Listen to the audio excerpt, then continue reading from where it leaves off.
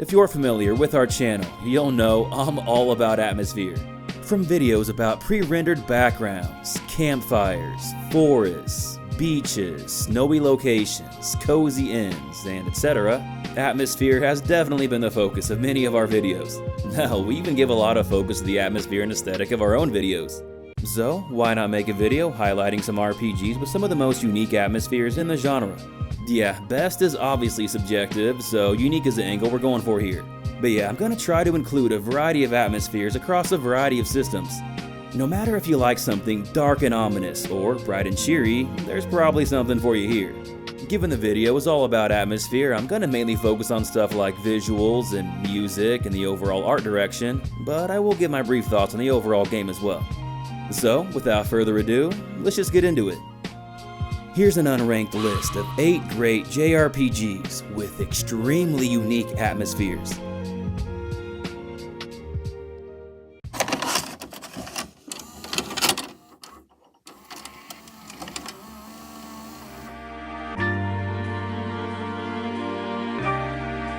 The light is your guide. A dream is what keeps you going.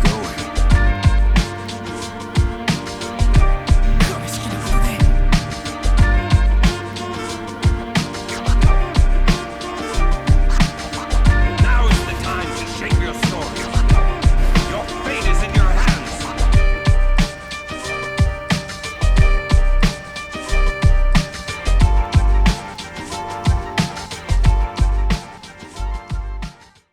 Alright, to start off this list, we have Wild Arms 3. Wild Arms 3 was released for the PS2 and was developed by the company Mediavision. For those that know the channel, you'll know I'm a huge Wild Arms guy, so seeing one of the entries here probably isn't a huge surprise. It's also probably not a surprise why I chose a specific one. The Wild Arms series has a big Wild West influence, and Wild Arms 3 is the biggest of them all. I mean, all 4 of your party members use guns, you ride and battle on horses, and the entire game takes place in a desert wasteland. Trust me, you will not find another JRPG with a heavier Wild West setting than this. To make things even more unique, the game uses this really cool cel-shaded style. Well, cel shading may not be for everyone, but I think it looks awesome. It just gives the game a timeless aesthetic to me and made it age very well. Know what also aged well is that music, dude. Good lord, this music is incredible. Super underrated OST that perfectly captures that Wild West vibe. Some of these tracks, I could just have them on repeat all day. As far as the actual game goes, I think Wild Arms 3 has a really good story with really good characters, but it does kind of start to drag a bit by the end, if I'm being honest. Still though, it's a lot of fun and worth playing. I'm a pretty big fan of all the puzzles and dungeons too. We don't get as many of them in JRPGs these days, and I've always enjoyed them. The tool system just allows for a lot of variety in dungeon traversal instead of just walking through basic corridors. Can we please get more dungeon interactivity in JRPGs? Wild Arms 3 can be bought in the PS4 store, so if you want to explore the desert wasteland, that's probably your best bet.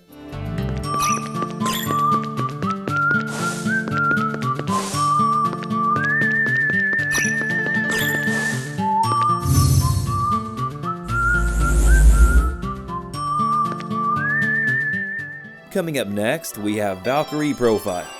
Valkyrie Profile was developed by Tri-Ace and came out for the PS1. It did later get a port to the PSP though, and even the PS4 and PS5. There's not many JRPGs based on Norse mythology, so this one was an obvious inclusion. You play as a Valkyrie under the guidance of Odin as you try to recruit fallen warriors to fight in the Battle of Ragnarok. Come to me, Dark Warriors! Battle awaits us! Sound unique enough for you? Given that death is a major theme, the atmosphere just has this really strong sense of melancholy and sadness.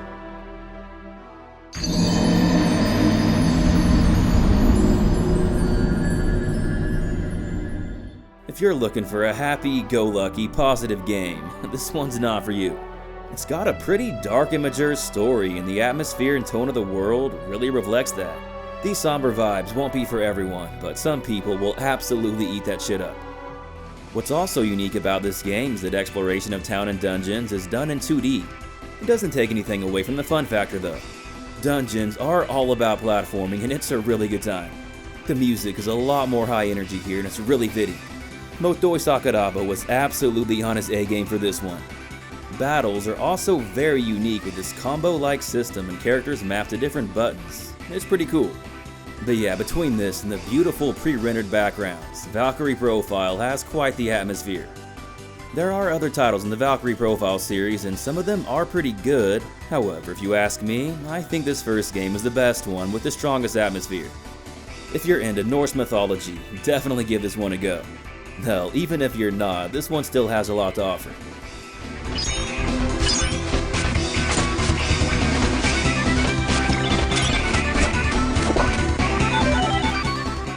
The next game we have on our list is Xenoblade Chronicles. Yeah, we might as well talk about the thumbnail game now instead of getting to the last spot and being like, nah, sick dude, I wonder what it could be. Xenoblade Chronicles was developed by Monolith Soft and originally came out for the Wii, but has since seen a port to the Nintendo Switch. That one's got some extra content and probably the version you're gonna want to play. Realistically, any game in the Xenoblade series could definitely fit here, but if we make future parts of this video, might as well start with number 1. Xenoblade Chronicles may not start off super unique, but oh boy, does that change. Well, okay, I take that back. The premise itself definitely is unique. I mean, the game takes place on these massive fallen titans, that's pretty awesome. However, the environments themselves just start getting more unique the farther you get in the game. This game has some of the coolest, most unique locations I've ever seen in the genre. Like Aerith Sea, man, this place is so beautiful. The floating islands, the water, the overall colors, dude, it's just so pretty. And then what about Machna Forest? I'm feeling like Lloyd Irving, just an absolute dumbass for not including this one in our video about forests and RPGs. My bad, guys. My favorite location in the game, though, has definitely gotta be Satoru Marsh, specifically at night. What a gorgeous, breathtaking sight. These are the type of vibes I game for. When you arrive in an area like this, you just gotta take in the beauty. Xenoblade has many other amazing locations, like Valak Mountain for example, but I don't want to spoil anything too late in the game. Mark my words though, the environments in this game are absolutely top-notch. You are encouraged to explore them as well, as exploration is a huge focus in this game. Dude, I haven't even mentioned the music yet. Simply put, the OST is just incredible. So many locations have iconic tracks, I could list like most of them really. As far as the battle system goes, it's kind of like an MMO, which, yeah, will be hit or miss for some people. The story is quite gripping with many emotional moments, however, I gotta be honest, it didn't really resonate with me as much as I think it did for many others. Villains are a big factor to me, and I think Xenoblade just lacks strong villains, unfortunately. Now, Xenogears on the other hand, those are some strong villains. It's all good though, this is a game I would play for the atmosphere alone, hence why it's rightfully included in this video.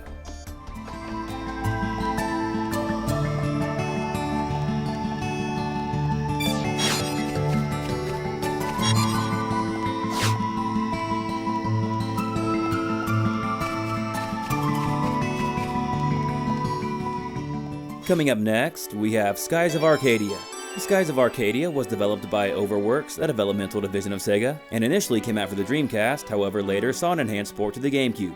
That version has some additional content and a reduced encounter rate, so yeah, probably the go-to version. Skies of Arcadia has you playing as an air pirate as you travel the world on your airship, visiting diverse locations.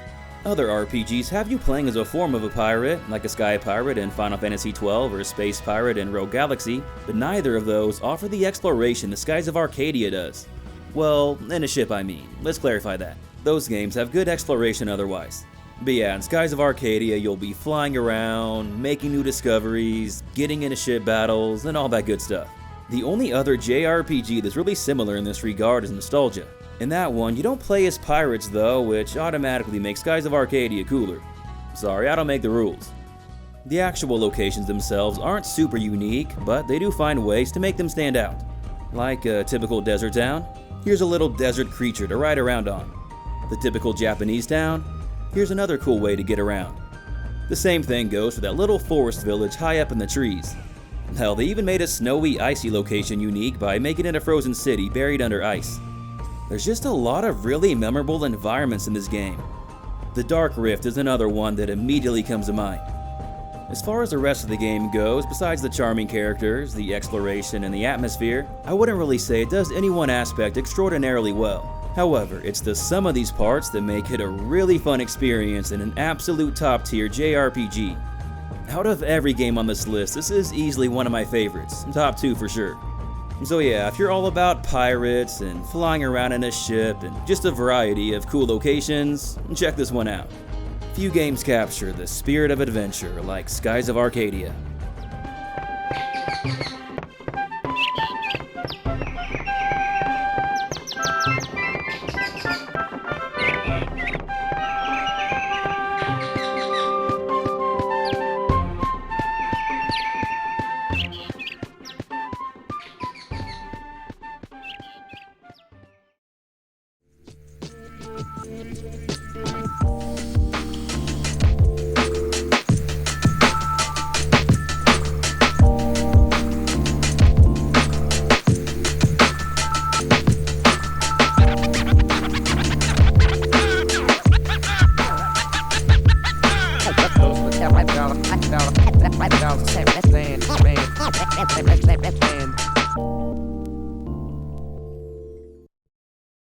To start off the second half of this list, we have Paladin's Quest. Paladin's Quest was created by Copia System, or I don't know, something like that, and was released for the Super Nintendo. I wanted to include at least one 16-bit RPG, and this one seemed one of the most fitting. Because a lot of RPGs from back then inspired later RPGs, it's kind of hard for them to look unique in retrospect. However, for Paladin's Quest, that is not the case. In fact, let's just throw that name out. It was only called that in North America and has absolutely nothing to do with the game. It's like they were trying to create the most generic name ever. They were like, alright, what's a popular RPG? Dragon Quest? Okay, let's switch it up a bit. Night Quest? Nah, too generic. Medieval Quest? Nah, it's a little stupid. Paladin's Quest? Yeah, I think we can work with that. Paladin. Yes, write it down. Hurry, hurry, hurry, hurry, hurry. In Japan, it was called Linus, Memories of an Ancient Machine, which is way more unique. It's also way more fitting as well. You see, Linus does not have a standard medieval fantasy setting or even a standard sci-fi setting. Instead, it has this weird, otherworldly, alien-like, ethereal, sci-fi fantasy setting. The color palette is just unlike anything else you'll find on the system. Well, at least for RPGs, I can't speak in absolutes. Even to this day, there's not much else like it. Well, in video game form, that is. The art direction in this game was actually heavily inspired by real-life French artist jeuxiee. Yeah, I know I mispronounced that heavily, sorry. Otherwise known by the pseudonym Mobius. And English artist Roger Dean. Their styles are so creative and imaginative, and they're represented pretty well here. For a 16-bit game at least. I kinda get some Fantastic Planet vibes too. A French animated movie. Anyway, besides this really cool art direction, Paladin's Quest doesn't really do anything that special. I guess magic uses HP instead of MP, so that's something. But yeah, it's a pretty average to above average RPG, if I'm being honest. If you want a really unique 16-bit atmosphere though, Paladin's Quest is your guy.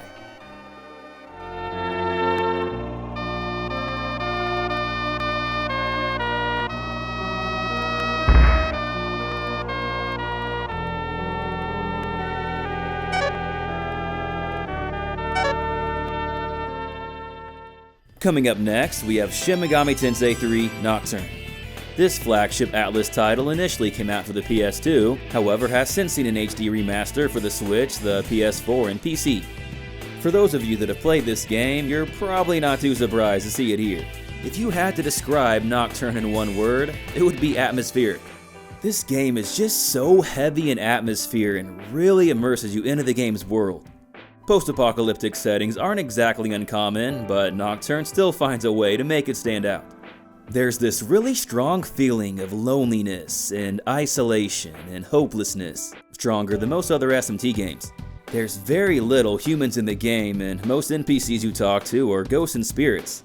It's a really empty world with a lot of open space, which really adds that feeling of desolation. There's no party members for your protagonist to talk to, so it makes it to where not only he's alone in his thoughts, but you are as well. No distractions here.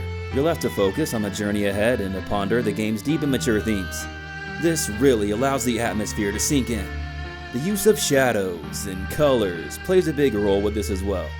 That sleek, cel-shaded look also helps give this game a very stylistic feel.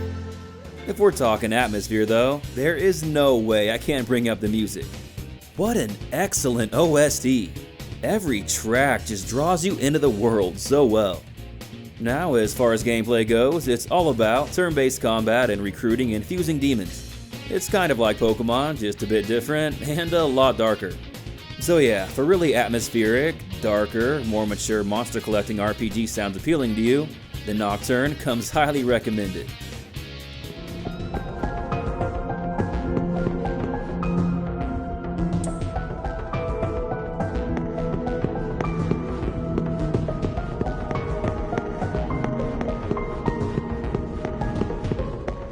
The next game we have on our list is Final Fantasy VIII.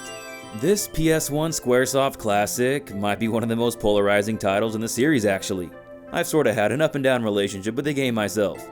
At first I liked it, even though I was confused. Then I kind of disliked it because, well, I was still kind of confused and I just didn't like the story that much. However, I've come to appreciate it more and more over the years to where I actually kind of love it now. And let me tell you, the atmosphere played a gigantic part in that.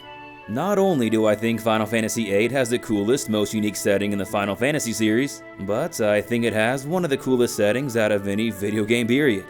It's like this mix of fantasy and sci-fi and modern with kind of like this militaristic focus, and it's just so unique. Like the beginning of the game has you starting in a military academy where your first mission is to go to a nearby cave to harness the power of a fire elemental being, all while wielding a weapon that is a combination of both a gun and a blade. Yeah, pretty damn cool and pretty unique. The music also really helps this atmosphere stand out. Nobuo Uematsu absolutely outdid himself here, and it might even be my favorite of his works. Yeah, I know that's saying a lot, but it's true. I still think the story is pretty messy and could have been told a lot better, but I do really like its concepts, its themes, and its ideas, and the overall set pieces are just awesome. I know the junction and draw systems are pretty hit or miss, however, I've actually come around on these quite a bit. I think they add a ton of replayability to the game. Like if I want more normal gameplay, there's a lot of other Final Fantasy games I can turn to. But if I want something different and outside the box, Final Fantasy VIII does a great job of giving me that. It really helps add to the game's unique feel. I feel like I've talked about Final Fantasy VIII a lot recently, so I'm gonna end it here. If you want to hear some more of my thoughts on what makes Final Fantasy VIII's atmosphere so special though, then check out our video over PS1 cutscenes and FMVs. I give a lot of love to FF8 in that hour-long banger and show a lot of its coolest scenes. I'm pretty proud of that video and think it's one of the best we've ever made, so yeah, check it out if it sounds interesting to you. Oh yeah, I should also mention real quick that FF8 did get a remaster for the Switch, the PS4, the Xbox One, and PC. If you're looking to check this one out, that's the easiest version to play.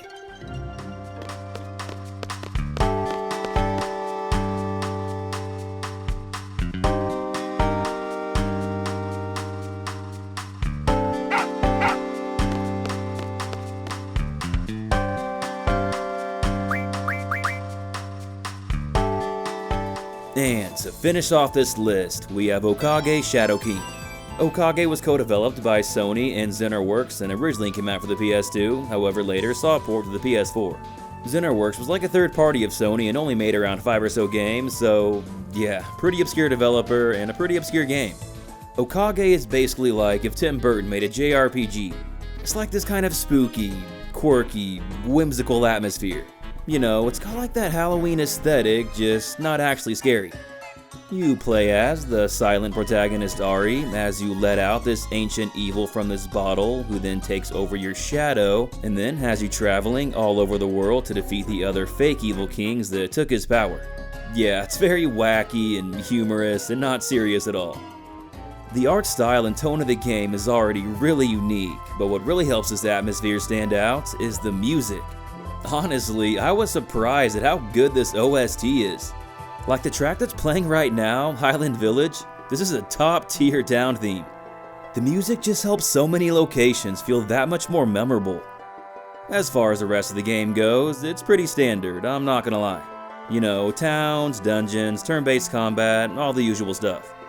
As an overall JRPG, it won't blow you away or anything. The main selling point is definitely the atmosphere and tone. With that said, it is a very strong selling point though. Not many JRPGs, if any really, have this style. So yeah, if you like kind of weird, lighthearted, spooky vibes, then I definitely recommend Okage Shadow King.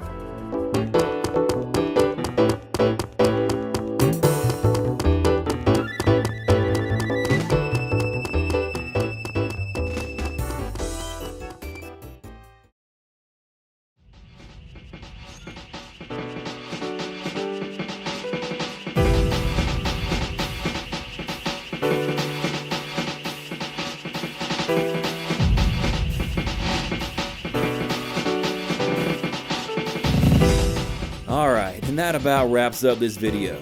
Thanks for watching everyone, we hope you enjoyed it. If you did, please either consider hitting that like button, or subscribing to the channel if you haven't already.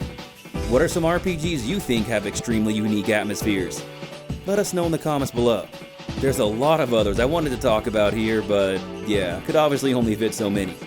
Baten Kaitos was originally here, but I talked about that one in our last list video, and yeah, I need to switch it up. As always, just want to give a huge thank you to our Patreon supporters, and of course an extra special shout out to our top patrons, Chris Carnaccio, Derek Drost, Jesse Spencer, Jump Rock, and Saina. All your support and generosity is very much appreciated. Other than that, thanks again for watching everyone, and hope you have an awesome day. This is Corbin from Gaming Productions. Until next time.